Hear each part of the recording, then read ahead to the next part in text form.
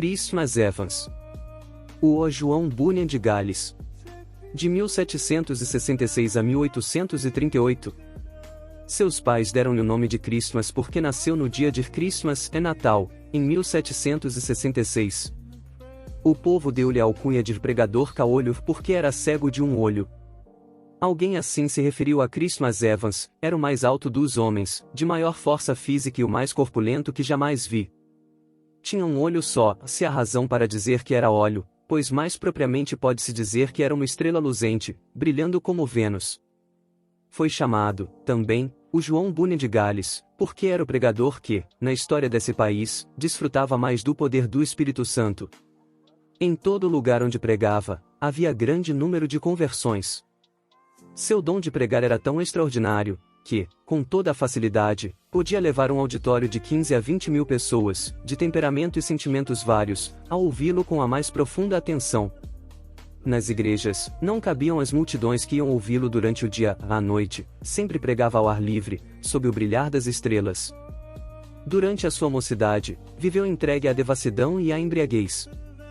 Numa luta, foi gravemente esfaqueado, outra vez foi tirado das águas como morto e, ainda doutra vez, caiu de uma árvore sobre uma faca. Nas contendas era sempre o campeão, até que, por fim, numa briga, seus companheiros cegaram-lhe um olho. Deus, contudo, fora misericordioso durante esse período guardando-o com vida para, mais tarde, fazê-lo útil no seu serviço. Com a idade de 17 anos, foi salvo, aprendeu a ler e, não muito depois, foi chamado a pregar e separado para o ministério. Seus sermões eram secos e sem fruto até que, um dia, em viagem para Maentor, segurou seu cavalo e entrou na mata onde derramou a sua alma em oração a Deus. Como Jacó em Peniel, de lá não saiu antes de receber a bênção divina. Depois daquele dia reconheceu a grande responsabilidade de sua obra, regozijava-se sempre no espírito de oração e surpreendeu-se grandemente com os frutos gloriosos que Deus começou a conceder-lhe. Antes destas coisas, possuía dons e corpo de gigante, porém, depois, foi-lhe acrescentado o espírito de gigante. Era corajoso como um leão e humilde como um cordeiro, não vivia para si, mas para Cristo. Além de ter, por natureza, uma mente ativa e uma maneira tocante de falar, tinha um coração que transbordava de amor para com Deus e o próximo. Verdadeiramente era uma luz que ardia e brilhava. No sul de Gales andava a pé, pregando, às vezes, 5 sermões num só dia. Apesar de não andar bem vestido e de possuir maneiras desastrosas, afluíam grandes multidões para ouvi-lo. Vivificado com o fogo celestial, subia em espírito como se tivesse asas de anjo e quase sempre levava o auditório consigo. Muitas vezes os ouvintes rompiam em choro e outras manifestações, coisas que não podiam evitar. Por isso eram conhecidos por assaltadores galeses.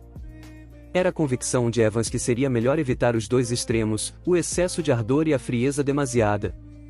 Porém Deus é um ser soberano, operando de várias maneiras. A alguns ele atrai pelo amor, enquanto a outros ele espanta com os trovões do Sinai, para acharem preciosa paz em Cristo. Os vacilantes, às vezes, são por Deus sacudidos sobre o abismo da angústia eterna, até clamarem pedindo misericórdia e acharem gozo indizível. O cálice desses transborda até que alguns, não compreendendo, perguntaram, por que tanto excesso? Acerca da censura que faziam dos cultos, Evans escreveu, admiro-me de que o gênio mau, chamando-se o anjo da ordem, queira experimentar tornar tudo, na adoração a Deus, em coisa tão seca como um monte Gilboa. Esses homens da ordem desejam que o orvalho caia e o sol brilhe sobre todas as suas flores, em todos os lugares, menos nos cultos ao Deus Todo-Poderoso. Nos teatros, nos bares e nas reuniões políticas, os homens comovem-se, entusiasmam-se e são tocados de fogo como qualquer saltador galês. Mas, segundo eles desejam, não deve haver coisa alguma que dê vida e entusiasmo à religião. Irmãos, meditai nisto. Tendes razão, ou estáis errados? Conta-se que, em certo lugar, havia 3 pregadores para falar, sendo Evans o último. Era um dia de muito calor, os primeiros 2 sermões foram muito longos, de forma que todos os ouvintes ficaram indiferentes e quase exaustos. Porém, depois de Evans haver pregado cerca de 15 minutos, sobre a misericórdia de Deus, tal qual se vê na parábola do filho pródigo, centenas dos que estavam sentados na relva, repentinamente, ficaram em pé.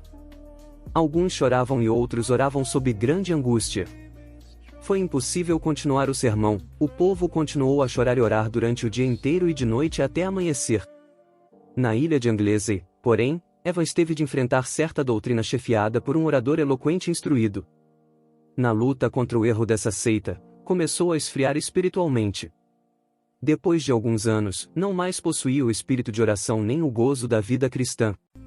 Mas ele mesmo descreveu como buscou e recebeu de novo a unção do poder divino que fez a sua alma abrasar-se ainda mais do que antes.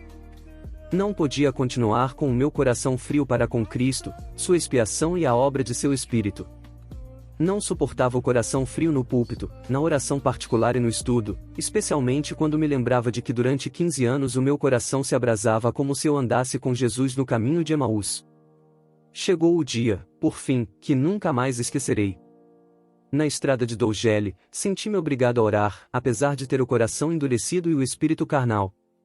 Depois de começar a suplicar, senti como que pesados grilhões me caíssem e como que montanhas de gelo se derretessem dentro de mim. Com esta manifestação, aumentou em mim a certeza de haver recebido a promessa do Espírito Santo. Parecia-me que meu espírito inteiro fora solto de uma prisão prolongada, ou como se estivesse saindo do túmulo num inverno muitíssimo frio. Correram-me abundantemente as lágrimas e fui constrangido a clamar e pedir a Deus o gozo da sua salvação, e que ele visitasse, de novo, as igrejas de Anglesey que estavam sob meus cuidados. Tudo entreguei nas mãos de Cristo. No primeiro culto depois, senti-me como que removido da região estéril e frígida de gelo espiritual, para as terras agradáveis das promessas de Deus. Comecei, então, de novo os primeiros combates em oração, sentindo um forte anelo pela conversão de pecadores, tal como tinha sentido em Lane. Apoderei-me da promessa de Deus. O resultado foi, que vi, ao voltar a casa, o Espírito operar nos irmãos de Anglesey, dando-lhes o espírito de oração com importunação. Passou então o grande avivamento do pregador ao povo em todos os lugares da ilha de Anglesey e em todo o Gales. A convicção de pecado, como grandes enchentes, passava sobre os auditórios. O poder do Espírito Santo operava até o povo chorar e dançar de alegria.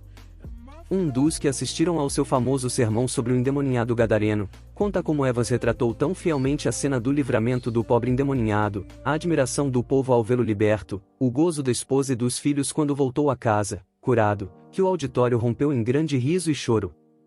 Alguém assim se expressou, o lugar tornou-se em um verdadeiro boquinha de choro, Juízes 2.15. Outro ainda disse que o povo do auditório ficou como os habitantes de uma cidade abalada por um terremoto, correndo para fora, prostrando-se em terra e clamando a Deus. Não semeava pouco, portanto colhia abundantemente. Ao ver a abundância da colheita, sentia seu zelo arder de novo, seu amor aumentar e era levado a trabalhar ainda mais. A sua firme convicção era de que nem a melhor pessoa pode salvar-se sem a operação do Espírito Santo e nem o coração mais rebelde pode resistir ao poder do mesmo Espírito. Evans sempre tinha um alvo quando lutava em oração, firmava-se nas promessas de Deus, suplicando com tanta importunação como quem não podia desistir antes de receber. Dizia que a parte mais gloriosa do ministério do pregador era o fato de agradecer a Deus pela operação do Espírito Santo na conversão dos pecadores. Como vigia fiel, não podia pensar em dormir enquanto a cidade se incendiava.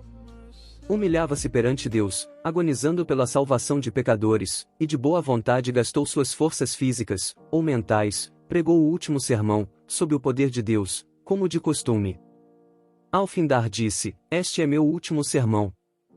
Os irmãos entenderam que se referira ao último sermão naquele lugar. Caiu doente, porém, na mesma noite.